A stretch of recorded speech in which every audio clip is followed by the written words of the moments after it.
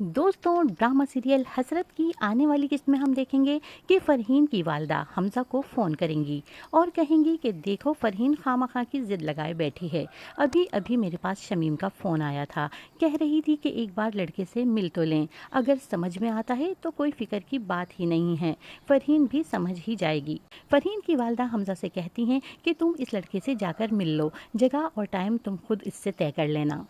क्योंकि इस बार आए हुए रिश्ते को फरहीन की वालदा इनकार नहीं करना चाहती, इसलिए वो चाहती हैं कि हमजा लड़के से मिलकर इसको देख ले, और अगर हमजा को लड़का समझ आ गया तो फरहीन भी समझ ही जाएगी।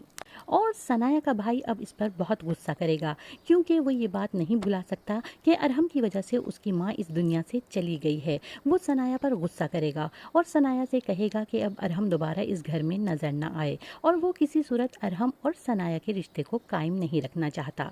इसलिए वो सनाया से कहेगा कि इस रिश्ते को जल्द से जल्द ख़त्म करो, क्योंकि अब वो अरहम से बेहद नफरत करने लगा है।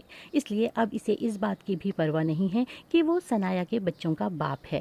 जब सनाया ऑफिस जाने के लिए तैयार होगी तो उसकी भाभी उसके सामने आकर खड़ी हो जाएंगी और उसे तसल्ली देंगी और उससे कहेंगी कि वो अपने भाई की बातों को दिल पर ना ले।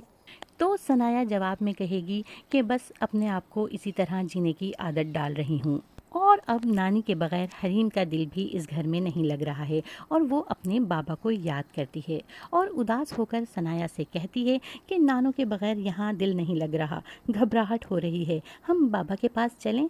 लेकिन सनाया उसे समझाएगी कि देखो तुम्हारे बाबा खुद ही हमसे दूर हो गए हैं, और सनाया उसे सख्ती से मना कर देगी।